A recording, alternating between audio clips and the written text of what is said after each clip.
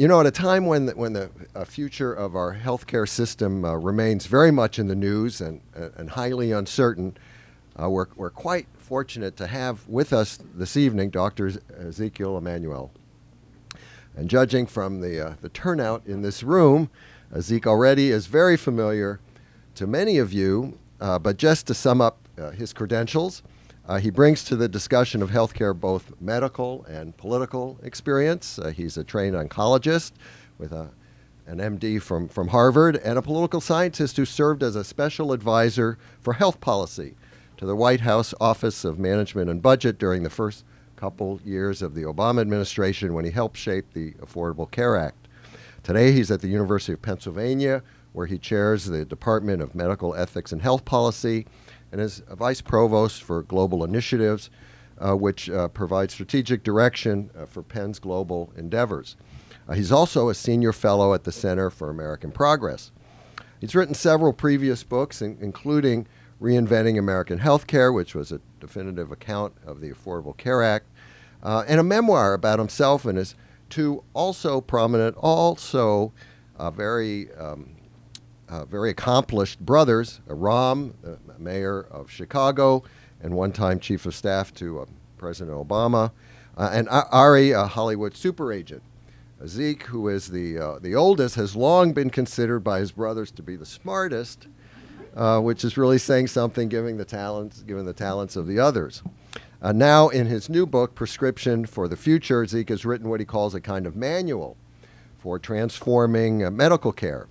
A guide for medical organizations on how to deliver better care to both the sick and the healthy. Of course, you could ask whether such a book is still relevant at a time the Trump administration is determined to roll back the reforms achieved by the Affordable Care Act, and Zeke poses this question on the first page of his book and asserts that revamping the healthcare system remains an imperative no matter what happens on the legislative front, because the system is still underperforming and medical costs are way too high. Writing and talking about healthcare can be complicated, but few people explain the complexities more clearly and cogently than Zeke does. His book is filled with engaging case studies about organizations and doctors delivering great care and also some others delivering not so great care. And Zeke distills his findings into a dozen of what he calls transformational practices of highly effective medical organizations. Plus, there's a chapter at the end titled How to Pick Your Doctor that I think many readers will find especially useful. So, ladies and gentlemen, please join me in welcoming Dr. Zeke Emanuel.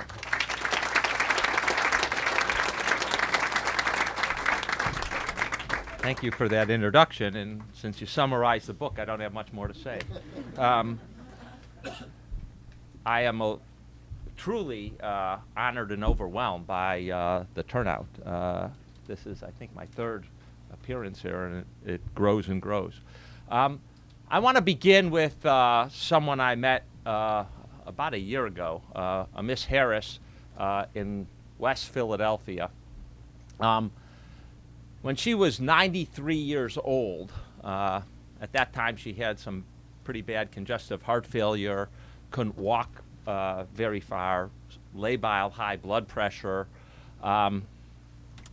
She was at her sister's house, who was a mere 91 years old, on a hot summer day, and she passed out and hit the ground.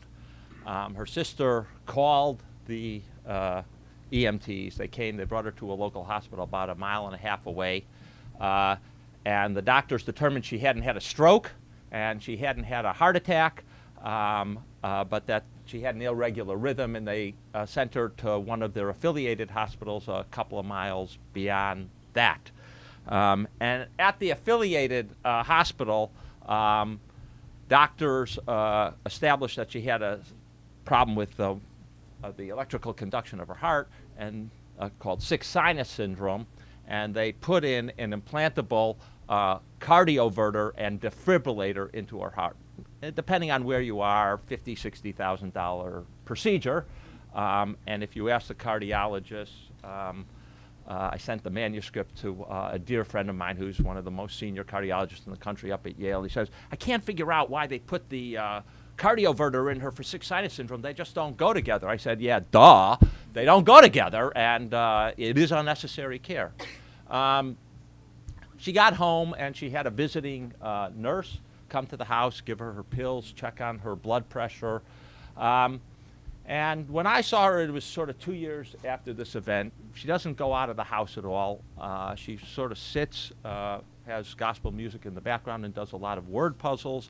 She's quite upset by the fact that she cannot really move around because of her bad breathing from the heart failure. She can't go to church. And on the other hand, the only time she really leaves the house is to go to doctor's appointments. And the day I saw her, the following week, she was supposed to go to the kidney doctor because the high blood pressure and stuff has sort of made her kidneys not working so well. And she was very anxious about it because she has to get someone from the neighborhood to take her in once she's in the hospital, and she has to pay for that. Once she's in the hospital, she has to go to 3 different places, check in, go to the doctor, then go to the lab. And it's a very big deal for her. The following week, she had to go to the renal doctor to check on her renal function, then a week later to go to the doctor to check on her cardioverter defibrillator. And when I talked to her, and the way I got connected with her is that her health insurance, part of the Medicare plan, had decided that there's a good chance that she wasn't going to live 12 months, and that they gave her palliative care services. They had a palliative care nurse come in to see her, and the very first thing the palliative care nurse did is try to get her preferences for care. How much intervention did she want? Did she want to go back to the intensive care unit? Absolutely not. Did she want to be intubated? Absolutely not. Would she go on dialysis if her kidneys failed? Absolutely not. And she said quite clearly to me, said, you know, I've had a good life. I used to take care of everyone else, and now, you know, everyone has to take care of me. She actually said, I feel useless. And she said, and, you know, I'm ready when the good Lord's ready to take me. So she's very clear about her wishes. So I was like, asked her, said, so why are you going to the renal doctor if you're never going to go on dialysis? And she said, well, the doctor says that I have to see him. And do you know what's here? And, you know, why is this still working? And why do you go to the cardiac doctor? Because the cardiac doctor says I should. In some ways, Miss Harris's real problem is she lives in a 2-story place. She can't actually walk up the stairs. But the bathroom's on the 2nd floor. So she gets down to the bottom of 14 stairs, and she basically crawls up like a toddler, holding on to the banister. The palliative care nurses tried to get her someone who can come into the house and cook for her and take her up to the bathroom and give her and wash her. And it's been a total rigmarole. They've been at it for 2 months. By the time I saw them, they still had to have one house visit to make sure that the county would pay for that. Now, interestingly, Ms. Harris actually has some positives of the American healthcare system. 2 positives. One is her primary care doctor comes to her house. She doesn't have to go to the primary care doctor. It's out of a program called Independence at Home, and it's meant for people like Ms. Harris, frail elderly, to actually deliver care in the home, and experiments with it. It's limited by the government's, by actually the Affordable Care Act, limited to 10,000 patients, actually show that it saves a fair amount of money for the patients. And then she has these 2 visiting nurses who come in regularly, help her with her medicines, have solicited her wishes so that she doesn't get resuscitated and doesn't get put on dialysis or a respirator. And those are positives in the system. She's actually getting some reasonably good directed care. But she's also clearly suffered from the terribly fragmented system we have. Right? She's gotten tons of unnecessary care she doesn't want. She has to go to doctors who aren't going to do anything to change her care. She is a classic. And the question is, does it have to be like that? And the answer is clearly no. There are places around the country that have truly transformed care so that they deliver consistently higher quality care at lower costs. Now, when I started this project about 2.5 years ago, I didn't know what I'd find. I had some inkling about certain things, but we identified 12 practices. And they start with things like as simple and unexpected as how the doctor schedules appointments for patients. You would think, how could that be important to improving the quality and lowering the cost? But almost every place that has transformed its care has taken on the issue of scheduling. Now, I don't know about you, but I describe in the book trying to get an appointment with my doctor, right? I've got the new advanced possibility. I can email my doctor and ask for an appointment. High tech. When I did it, and I'm not an insignificant person in the University of Pennsylvania system, my doctor's nurse came back to me and said, you can see the doctor in 7 weeks. Places that have transformed themselves do what's called open access scheduling. That is, the doctor starts the day, half or between 20 and 50% of his or her appointments are open. There's no one scheduled there. Why? Things happen to patients, especially after a weekend or holidays, and they want to come in and be seen by the doctor. They don't want to call and said, you know, I can see you in 2 weeks, or go to the emergency room, or I'll double book you and you can sit and wait until I get a, free moment between patients or someone doesn't show. Turns out open access scheduling allows you to deal with today's problems today, and it turns out decreases no-shows, makes the staff happier because they're not fighting with patients about when to come in, and actually makes the whole system run more efficiently, decreases sending patients to emergency rooms. Better for everyone. Second practice we found was rooming. The simple process of going from the waiting room to the exam room. Now, this one just totally blew me away. How could that be important? Well, it turns out places that have transformed themselves have made that short walk high value. It's not just about weight and blood pressure and heart rate. They actually empower the person, typically not even a nurse, but a medical assistant, to what is called close care gaps. Make sure you got immunized for the flu or a pneumonia vaccine. Make sure that if you're diabetic, your blood glucose level has been checked, and gives the doctor information about the last 4 or 5 of them. And they go down a long list. One of the practices we looked at in Houston actually has a 40-page manual to train these medical assistants so everyone does it the exact same way, and they're not guessing what to do for doctors. And that brings me to another transformation practice, standardization of care. Now, a lot of us will chafe. Standardize, you're just going to treat me like a widget. I think you need to think about standardization of care in a very different way. You need to think about it as the sum and substance of medical expertise and all the studies that have been done, distilled into a standard way of treating you and treating people, rather than having a doctor sort of freelance it and do things depending upon what the last patient they saw is. Standardization is absolutely essential because it also allows doctors to figure out what's not working if, say, they've standardized their practice and they're not getting blood pressure control, or they standardize their practice and patients are still having severe side effects from their interventions. It is critical. One of the most important transformative practices we saw was something called care management, having chronic care coordinators in a physician's office.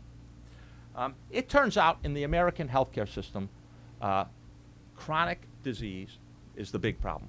84% of all the money we spend are for patients with chronic illness.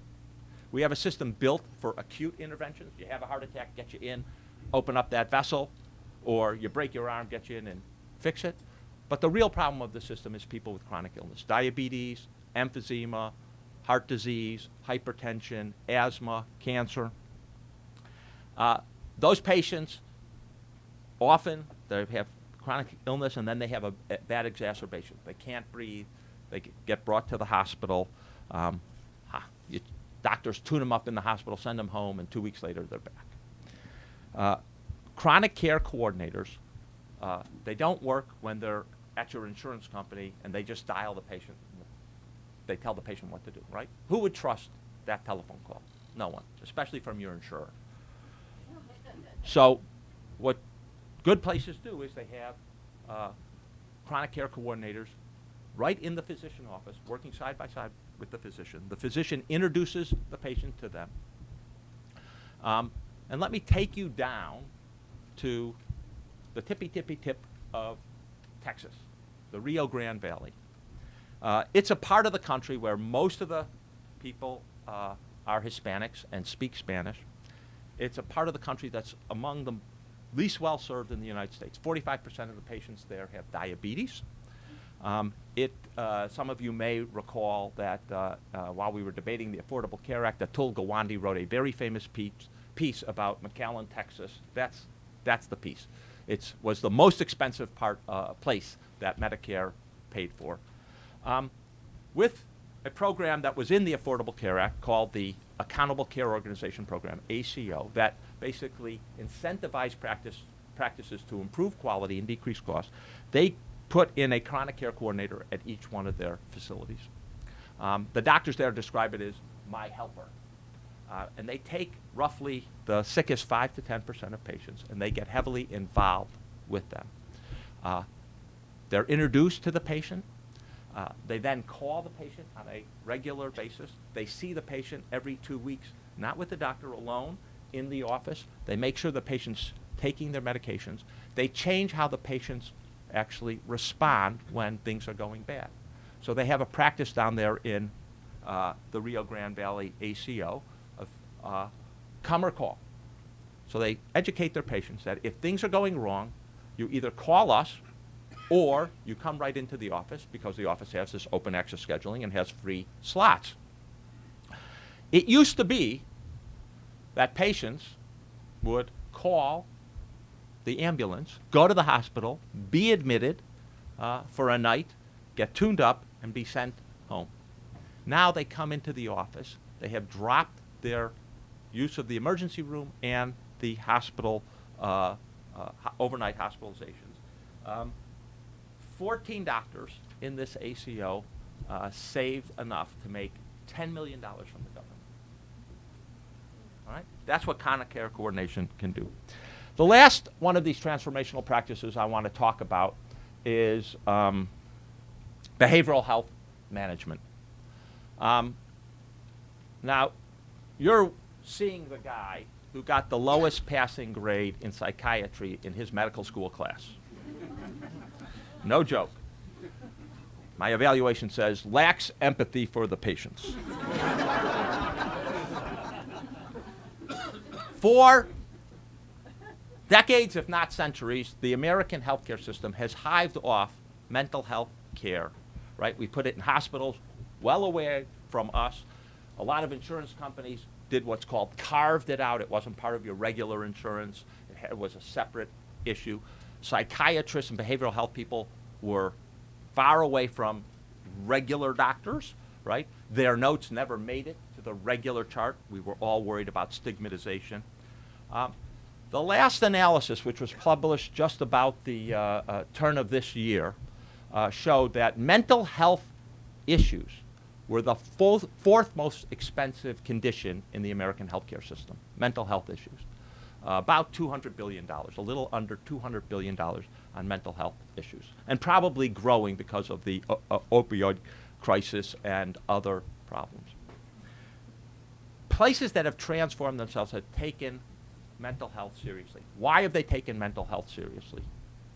If you look at patients with chronic illness, right, those who have chronic illness like diabetes and depression, they're about 33 to 50% more expensive on a monthly basis than patients who just have diabetes.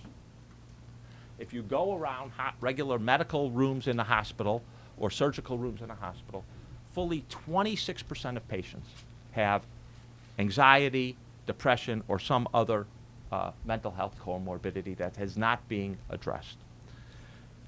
But there are places that have taken this very, very seriously. I would say no one's cracked the nut.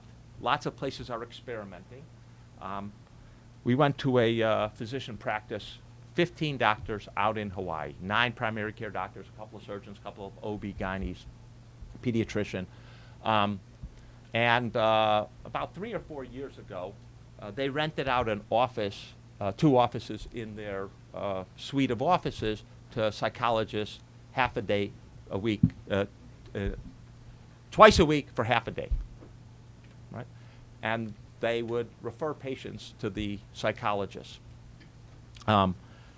Today, they're there 4 full days a week, handling patients who have depression, anxiety, patients who are non-compliant for whatever reason, helping with patients who have insomnia, helping with patients who are having a hard time with smoking cessation. And the head doctor there, Dr. Noguchi, who appears in the book, told me this story. He said, when we began this program, there was a woman whose family brought this woman in who had postpartum depression, and they thought she was going to kill herself. And at the end of they didn't know what to do. They brought her to the doctor. At the end of the interview, he said, come with me, walked her down the hall to the behavioral specialist who saw her right there on the spot. Family actually attributes the fact that she's not dead to that single intervention. In Chicago, a big medical group with 6,300 affiliated doctors has done the same thing, co-located behavioral health people in their largest practices, and now they're seeing their costs for the patients with chronic illness drop below even ones who supposedly don't have any mental health issues. There are companies now.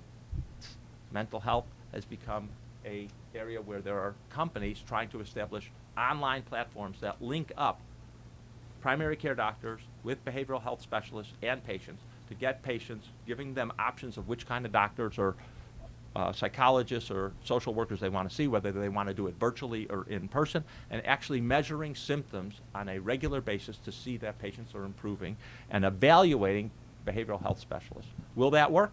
Too early to tell, but there's a lot of innovation. In fact, the former chief financial officer of Facebook has started one of these mental health companies trying to improve the care. I think my own view is, all of us can say we want to have mental health parity with physical health. Never really happened. It will happen over the next decade because mental health drives so much of the healthcare costs of patients with chronic illness that is unnecessary, that these kind of solutions, whether it's co-location or online programs, are going to become just much more standardized at every practice.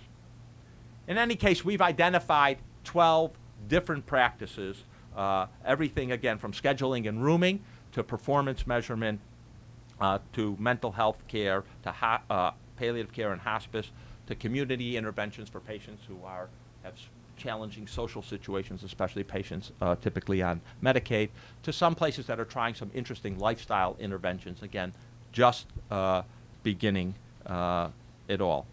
I'm actually, on this score, wildly optimistic about the American healthcare system.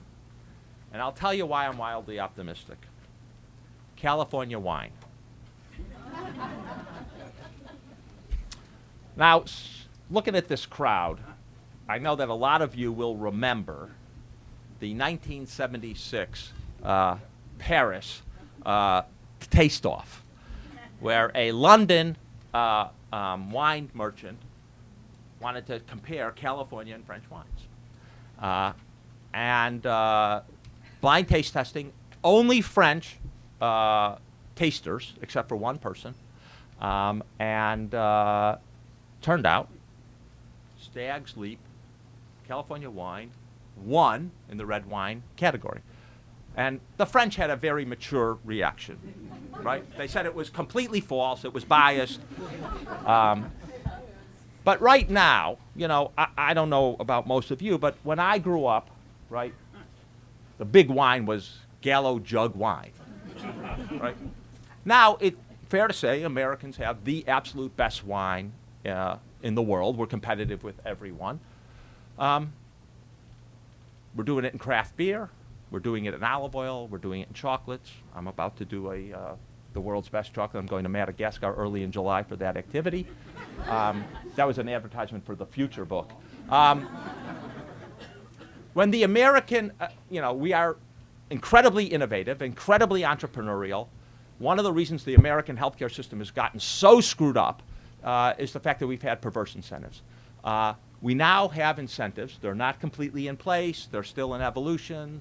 The Trump administration is doing a good job of trying to undermine them, but there are actually a lot of incentives in the law. As was mentioned, the first chapter explains why we are going to get this payment change going forward, and that's going to lead to physicians changing how they actually care for patients and begin adopting in a much more systematic way these 12 practices.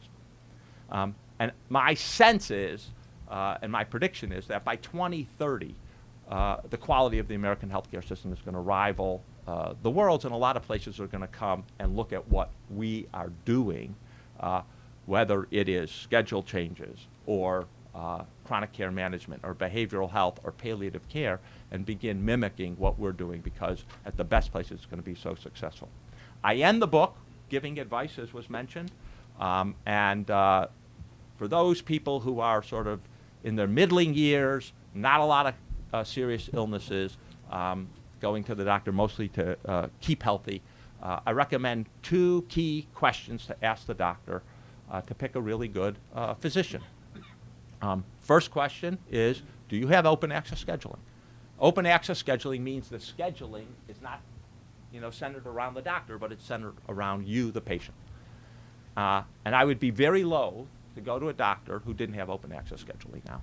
And the second is find out if the doctor is engaged in some performance, measurement, and improvement activity, systematically evaluating the quality of the care that they're giving and trying to improve it. One way of asking is, are you a patient-centered medical home? That's part of a process that NCQA here in this town runs. It's not the only evaluation. I'm not endorsing it, but it is a systematic way for practices to evaluate what they're doing. You want to know that the doctors are taking seriously trying to figure out, am I doing well or not well? And if I'm not doing well in something, how can I improve it? There are obviously specific questions. If your mom or your dad has chronic illness, you want to ask about chronic care coordinators. If you have someone who's got behavioral health problems, you want to ask, do you have co-located behavioral health care providers, or some systematic way to integrate behavioral health? If someone's got serious cancer, you want to ask, are they hooked up with a palliative care service or company providing palliative care?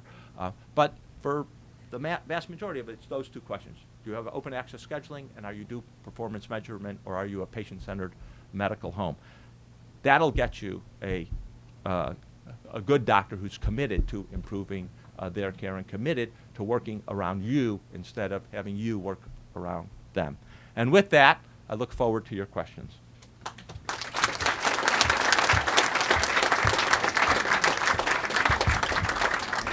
Okay, did I keep hitting it? No. All right. Fire away. I'm like the first guy. You're the guinea pig.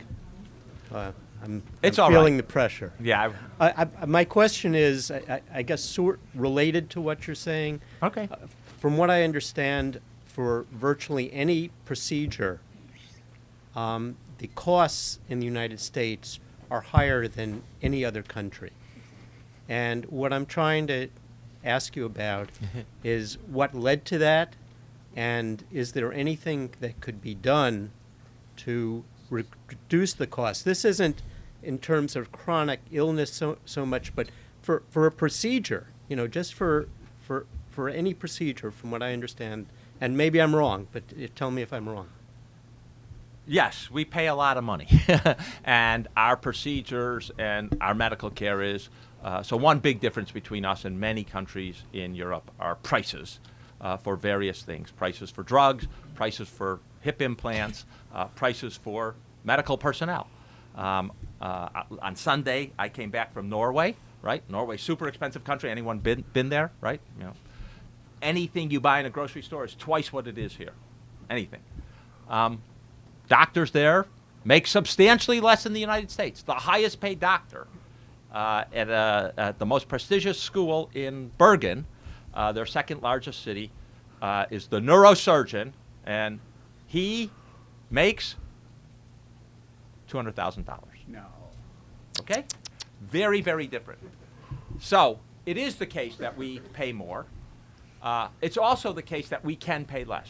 So these alternative payment models that I've mentioned, I mean, the other problem is not just that we pay more, we also quite variable payment. So within this city in Washington, the payment for various procedures, whether colonoscopy or hip implant, will vary substantially. They can vary by fourfold in a particular city. We can actually do much better, and there are two different payment mechanisms that can get us to lower those prices. One is what's called bundle payment. I'm a wildly crazy advocate of bundle payment, and a couple of the health policy guys out there have just begun rolling their eyes because I've been pounding this issue tried to get more of it in the Affordable Care Act than frankly we got, which is you pay one price, $22,000 for that hip implant, right? That includes the orthopedic surgeon, it includes the hospital, it includes the rehab, it's got a guarantee out to 90 days for any complications. Doctors are pretty smart people. Hospitals are pretty smart people. They will streamline what they do, and we have seen that happen. They get the price of that implant down. They get rid of in-facility rehabilitation, which is no better than doing it at home. They actually admit patients to the ICU less. They don't take patients who've got infections like MRSA, that antibiotic-resistant bug on the skin, into surgery so that they reduce the risk of surgery. That'll bring the price down. Another attempt that has been done is what's called reference pricing. All right? You're insured. You can get that cataract done. We're going to pay $18,000 for it. You go anywhere you want. $18,000, what we pay. You decide you want to go to a big academic center and they charge, $37,500. You're paying the difference. What do you think happens? Even before patients don't go to that big academic center, the academic center brings their prices down and figures out how to become more efficient. But if, in terms of paying a certain amount for a procedure, wouldn't that be an incentive for doctors to Do more. to do less and to do Correct. not enough? Or skimp on care is the basic issue. Yes. That's the worry, right? That's where I think in 2017 we're different than we were in 1995. We have many more good quality measures to assess performance, for example, of that hip replacement, right? How many patients get infected at that site? How many patients come into the back to the hospital or emergency room?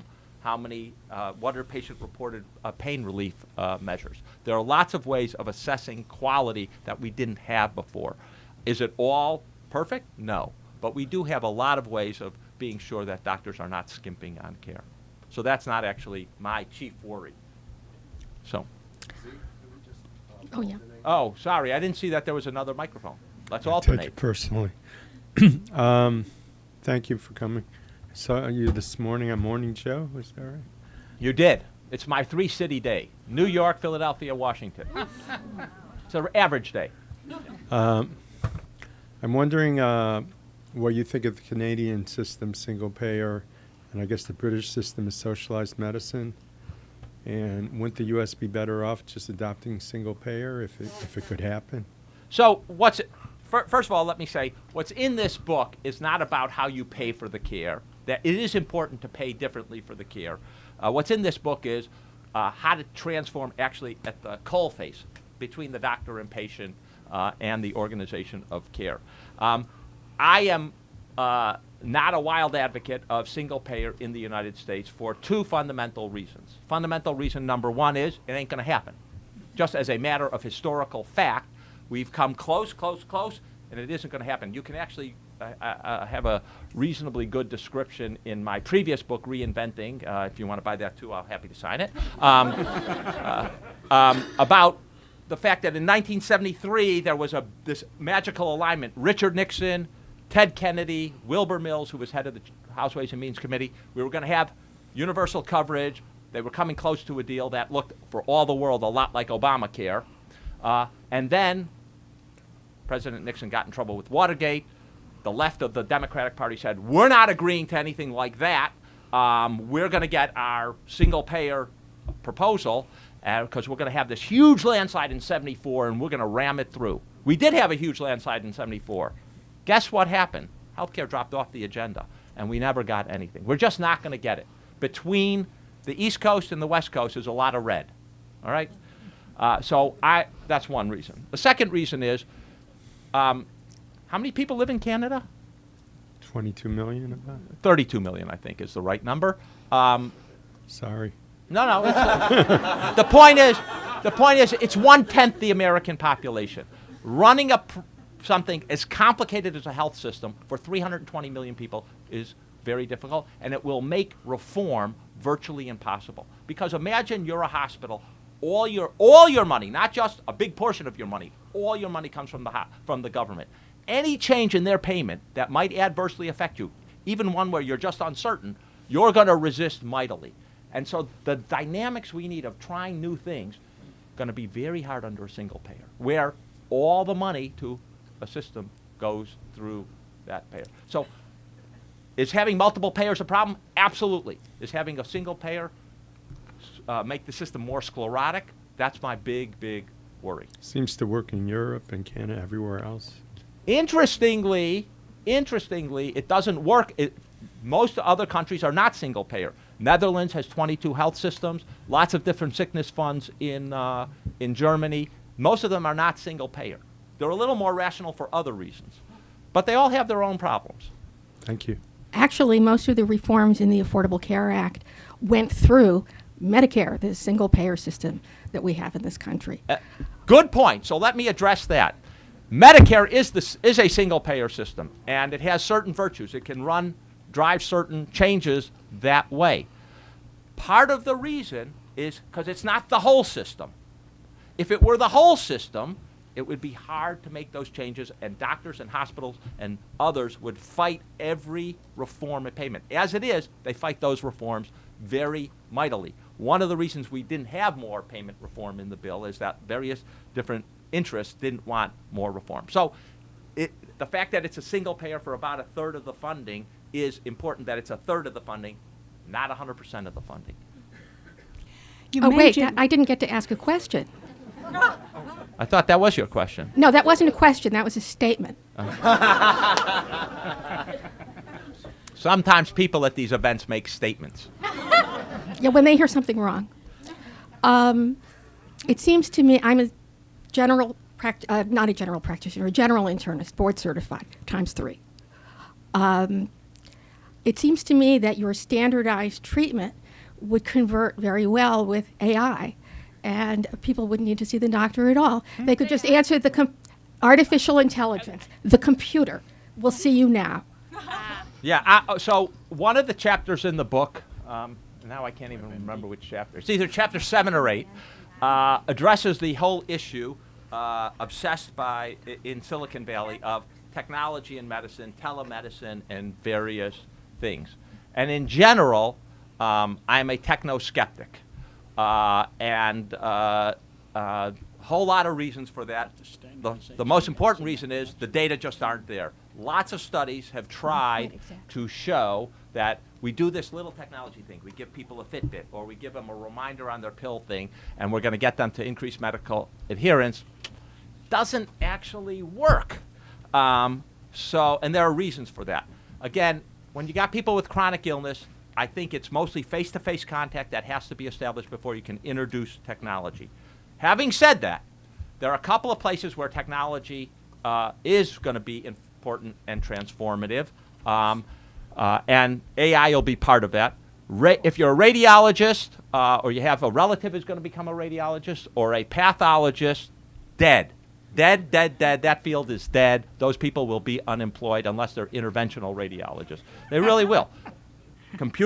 Machine learning and AI is going to take over that area in a very few years.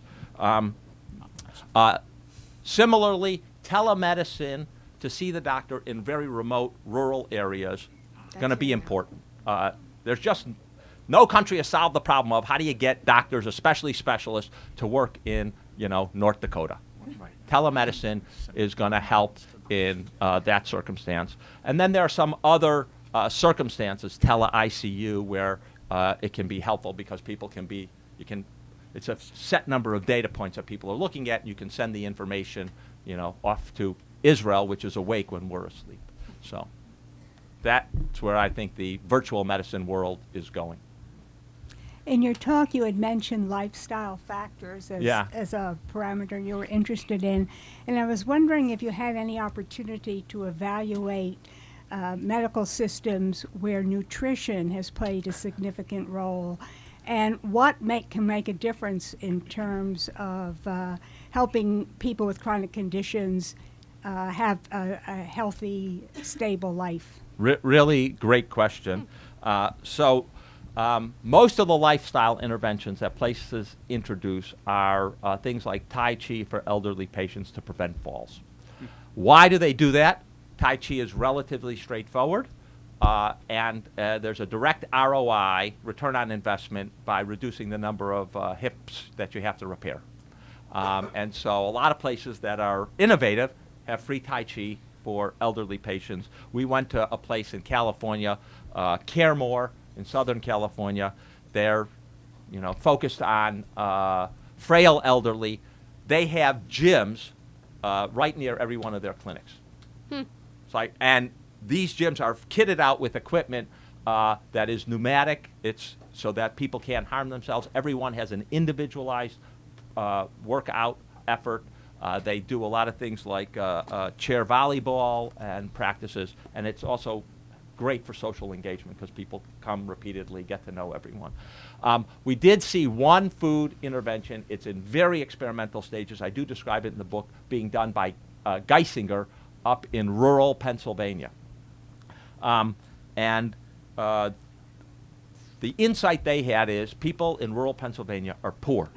If you provide them nutritious food, they will not use that money to buy junk. They will use that money to pay the electrical bill, to fill up the car with gas and other things. And so they collaborated with one of the local supermarkets who's very socially responsible, donated high quality food, and again, not just for the patient it turned out, but for the whole household. Everything from, I think it was 10 breakfasts for 2 weeks to 10 dinners over that time. And they have begun to see some changes. It's very early. It was very innovative with the insight that, the hardest group to crack has been low-income diabetics and people who are obese. And they had this insight that if you actually gave them the healthy food and used that moment of transfer every 2 weeks to educate them about something else, it could work. Now they're conducting much more systematic studies on it, but it could be an interesting innovation. Doesn't come free, and the question of whether it saves money for the healthcare system in a short enough time to be reasonable to introduce is something they're going to be looking at. Hi, my question is about trust in communication between doctors and patients, particularly given the new administration. As somebody who is in her early 20s and talks to other people in their early to mid 20s, understanding that pre-existing conditions may become a new reason for insurance companies to deny insurance altogether, what do you suggest doctors do when they interact with patients about voluntary admissions of things that maybe insurance companies don't want to hear, right? So the things that I've heard sort of as someone my age, and I'm not asking so much about the truth value of them, but about the fact that there's something that 20-somethings tell each other is you don't get tested for STDs by your doctor. You do it somewhere anonymously, so your premiums won't get up or you can't be denied insurance if you're considered high risk. You don't acknowledge any drug use, any alcohol use. You lie, basically, so that you can't be denied insurance 10 years from now. How do you suggest doctors address that? I got the lowest passing grade in psychiatry. Look, telling your doctor or failing to tell your doctor about important items of your health is a very bad idea. What goes in the medical record is critical to understanding the patient and making sure the patient gets the right care. And Lord knows, not telling about certain kinds of practices can be quite dangerous. I mean, Sure. I can recall a patient of mine who took some alternative stuff and it kept affecting his platelets when I was a cancer doctor, and he never told me about it, and we got into a yelling match when I finally discovered what he was doing and told him to quit, and then he quit for a little bit and then went back on it. It's a very bad practice. My own sense is we're not going to repeal that pre-existing condition exclusion. No guarantees, right, on the system, but it is the single most, over 80% of the American public wants it. I don't think it's going away. And once that is secure, and hopefully if the reform bill gets killed in the Senate, it'll be secure. I think that lying to your doctor remains a bad idea. Sure, but I wasn't asking so much whether it was a good idea or not, but how doctors address the general perception. Well, I think a doctor has to tell you it's a bad idea not to tell me the truth. That's what I would recommend. Okay. So, Hi, thanks for coming. The Accountable Care Organization program that you mentioned. yeah. It's a great step in the direction of getting payment incentives aligned with Right. good care for patients. There are some. You were also talking about payers and how you don't necessarily support a single payer system. Right. And that America is very innovative, and we are great at doing coming up with all kinds of new solutions to problems. We're also great at making a lot of money, and those payment incentives, when we reduce payments to one group of doctors or one group of people, that's 20% of GDP is 20% of income for someone. Right. So, what do you see as kind of the obstacles to the Accountable Care Organization program and those kind of things, the structural obstacles in terms of kind of those incentives? There's lots of smart people also trying to figure out how to make more money at hospitals and charge more money at every time someone comes into the ER. Upcoding. Right. And what advice would you give, particularly to a great ACO I heard in this area called Aledade? So, you heard of them. And there are a group of us here that would love to hear it. So, the first thing is, it is the case that over the long haul, what's going to happen is we are definitely going to have to decrease the number of hospitals we have and the hospital beds in this country. We overuse hospitals. We have already had a marked deinstitutionalization. Anyone have a guess? I just learned this. What the high point is in terms of total number of hospitalizations in the United States, what year it was? 1981. Oh, really? Yes, really. I was shocked too. 39 million people got admitted to the hospital that year. This year, 2015, it's down to like 34 million. The population has grown tremendously. The number of people admitted to the hospital per population has gone from 170 per thousand people in America to 100. We've already had a big shrinking. We're going to continue to have a big shrinking because a lot of stuff that gets done in the hospitals doesn't need to be done in the hospitals. And we do have to fix hospital payment so that they don't have a big incentive to do things like the hospital I mentioned with Miss Harris, putting in this implantable defibrillator where it was totally unnecessary and running up costs. Now, in the ACO program, as you know, the places that have done better have typically not been affiliated with a hospital and have been independent practices that can begin bidding against hospitals. And my own suspicion is that there are two practices we need to do pretty quickly if we want to get cost control and get hospitals to be a little more on the defensive about what they do. One is called site-neutral payments, and that is to pay the same price for a procedure, say a colonoscopy, whether it's done in the hospital or done in a physician's office or done in an ambulatory surgical center. Right now, Medicare and insurers pay substantially more, can be 10 times more. I'm an oncologist. A bone marrow biopsy, so we used to do on our leukemic patients to see if they still had leukemia. You stick a needle into the back of the crest to examine the bone marrow, right? So like $175 done at the physician's office and about $1,100 done in a hospital. Crazy. So one change that would really have a big effect on hospitals is what's called site-neutral payments. They would suddenly not have such an advantage. The second important change, I think, is you have to cap what they can charge as a multiple of Medicare.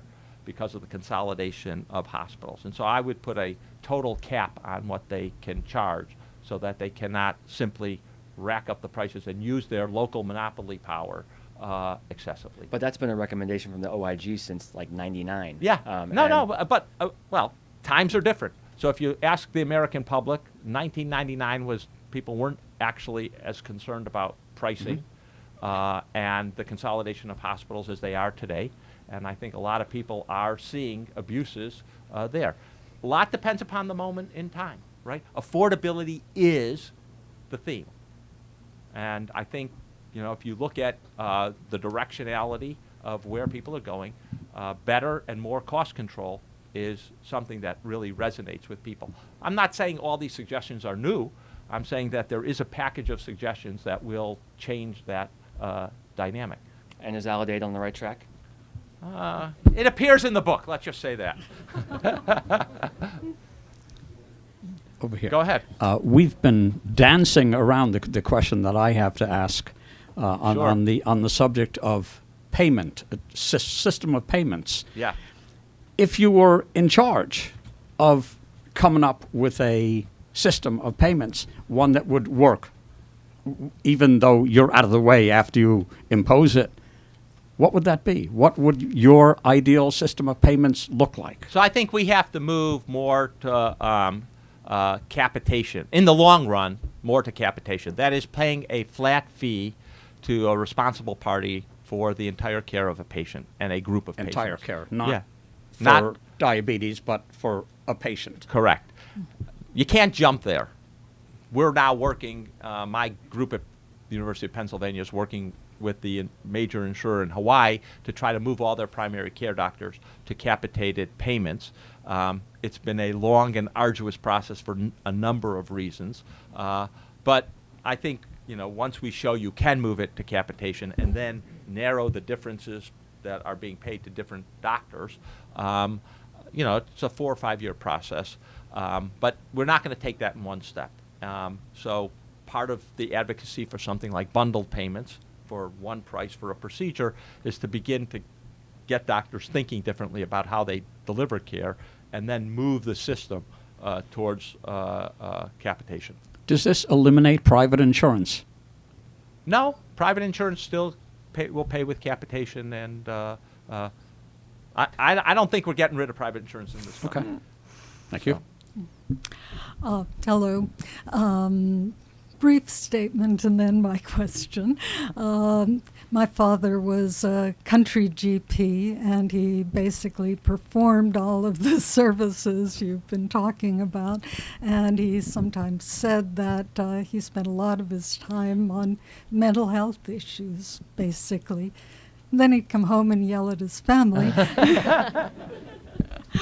And he was told he was a dying breed, and he did die at 91.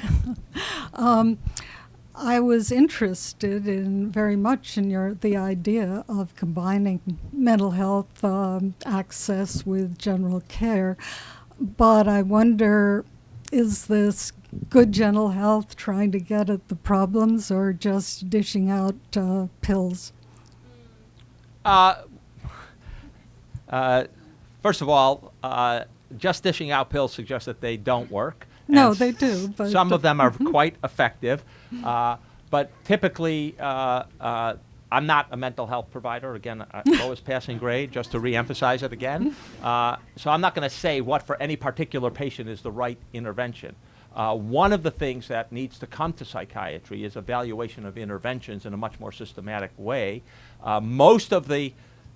There are clearly patients with serious mental illness, schizophrenia, bipolar disease, and those are not what the mental health issues that these are mainly focused on. These are mainly focused on what are called comorbidity, where the underlying problem is mainly a chronic care problem, and depression or anxiety or other disorders are overlaid on that underlying problem. And in those circumstances, you can use some pretty standardized assessments of depression and anxiety to see whether the patient's getting better or not, and then try other things. That hasn't been systematic in psychiatry. And again, part of what's interesting about some of the companies out there is they're trying to be much more systematic about improvements in mental health and hold the mental health providers accountable. And typically it's not just pills, it's pills in cognitive therapy, or it's pills in other kinds of shorter term interventions. Most of them are very focused and relatively short term. Okay, thanks. Hi, I'm a registered nurse and I work in an outpatient heart failure center, so I really liked your starting Great. story. Yes. My question is about medications. We have patients that are, of course, chronically ill. Many are on disability, they're elderly, and they can't even afford the $4 meds at the Walmart, which is what we put most of our patients on if we can. So what suggestions do you have for that? Look, drug prices in this country are too high. There's just no debate about that. And I don't even think there's good debate really about the drug companies' excuses for why they're high. I mean, their main excuse is we need this money for innovation, and then typically they invest under 20% on research. They typically spend much more on marketing than they do on innovation, and they are the most profitable industry in the country, more profitable than finance, by the way. And I've always scratched my head. I said to them, you know, is Pfizer going to become a car manufacturer if suddenly their ability to have a profits of 15% goes to 10%? I doubt it. They're going to stay in the pill business. And interestingly, they've also largely outsourced a lot of their research to smaller companies funded by venture capital. So even their investment in research tends to be low. It clearly resonates. Exactly, I thought that, you know, one of the things that President Trump would do, because I can tell you that nothing gets him riled up like drug pricing, and he understands it. I would have thought bipartisan issue. You can actually get agreement across the aisle on this. It would have been a much safer thing to go for. Would have had a pretty direct impact on health care, but he chose not to. I've made this prediction before, and I'll stick to it. Since foolish consistency is the hobgoblin of a little mind. I believe actually drug price is probably going to be one of the major issues going into the 2020 election. And I think once an issue is a key big issue in an election, it gets action. It's interesting, despite all the attention, despite all the media and adverse publicity, drug companies haven't budged about their, you know, EpiPen price is still EpiPen price. And you can't get worse publicity than Mylan got on that, right? So I think people are going to get pissed off, and when the American public gets pissed off, I don't think the best lobbyists, even in Washington, are going to be able to prevent something from happening. Exactly what that something is, you know, that's the legislative process will be, I think, uncertain about that unless we can come to some agreement. Even some of the big drug companies are now beginning to move. I mean, you see different pricing models from places like Novartis, and I think you're going to see some attempts to do something differently. It is a serious problem. And by the way, this is one of the places where statistics have been manipulated very, very.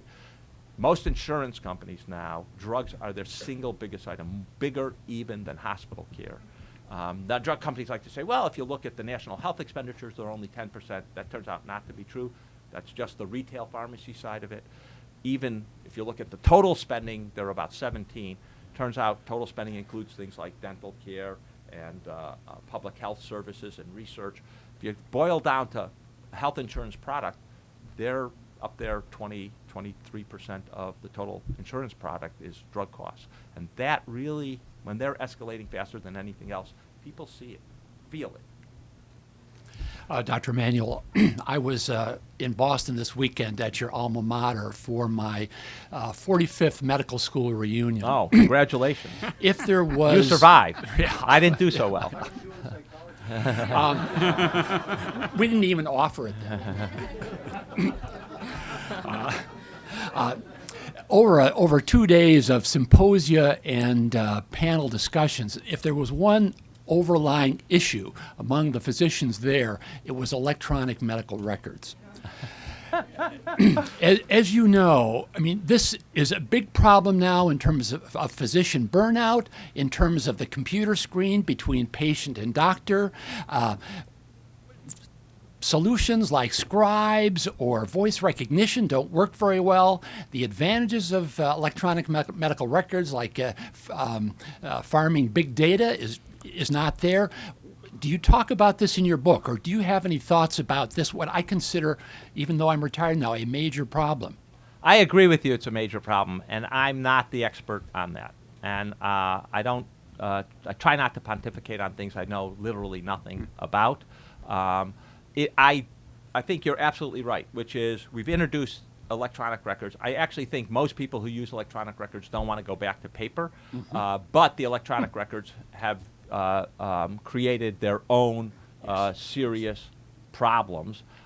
It has always befuddled me why we don't have more startups in that space, because it's a big and lucrative space, and you would think that the badness that people experience would induce startups to come in. There have been some startups in the oncology space that I'm in. There's a startup in New York called Flatiron that's got its own oncology module that docs do seem to like. But I do think that this is some area, one of the areas that has to be disrupted. You know, one of the startups in this country, Iora, that does primary care, I think it's in 19 states now. They actually developed their own medical record because everything they used was so bad. Part of the problem is we took antique technology that was mainly for billing and not for patient care, and then made that the standard. And I think this is one where we are going to have a technical solution, and I am surprised it's taken this long to get some innovation in that space. Hi, I'm a family medicine doctor at an FQHC, and I have a question that's a little delicate, but it's something that I never got trained in, at least deliberate training, and it's something I think about every day, and that is end-of-life care. And I wonder if you have seen any institutions do it well and do it. So it's in the book. No, it is. Palliative care. Well, more specifically, and especially with your first anecdote, is when to solicit end-of-life desires, when to invite family in, and even more than that, I've made some guidelines for myself, like when someone gets diagnosed with cancer, I'll address it immediately because I assume the oncologist is not going to. And also, and I just assume that based on like my minimal training and that. And then in addition, I was kind of playing around with guidelines for myself, like just bring it up when someone turns 50, bring it up when someone turns 30, something like that. So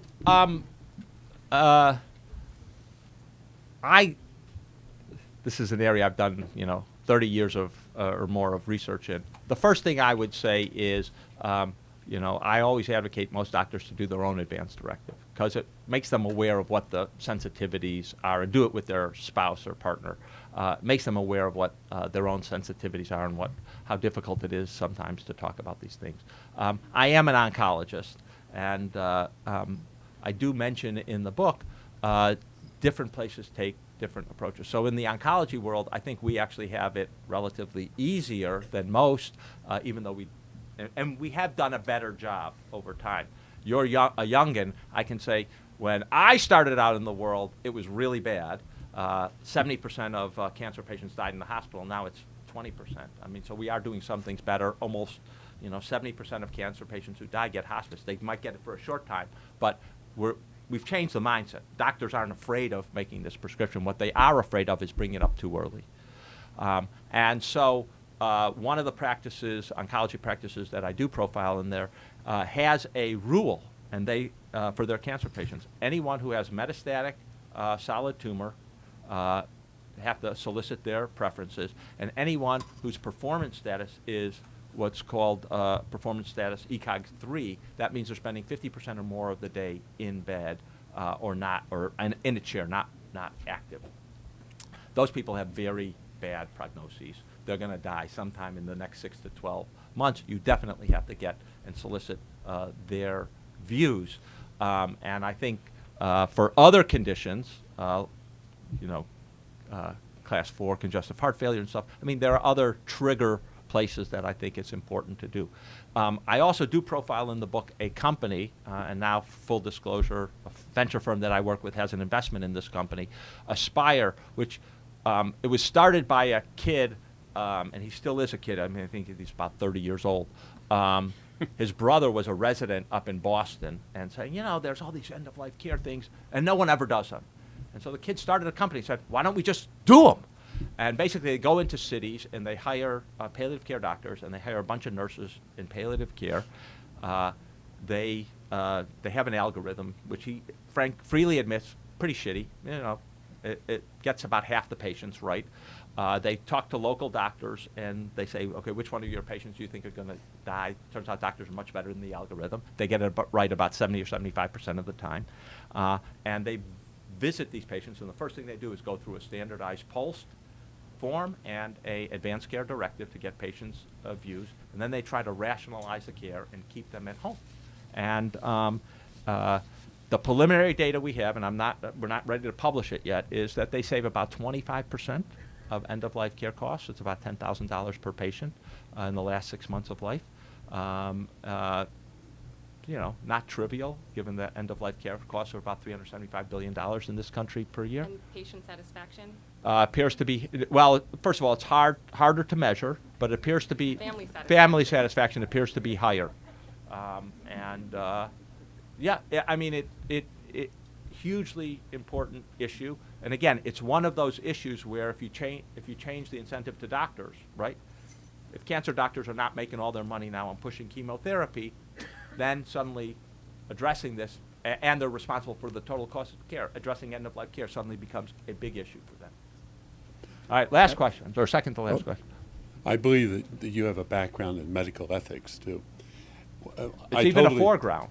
Oh, there you are. I still occasionally publish in it.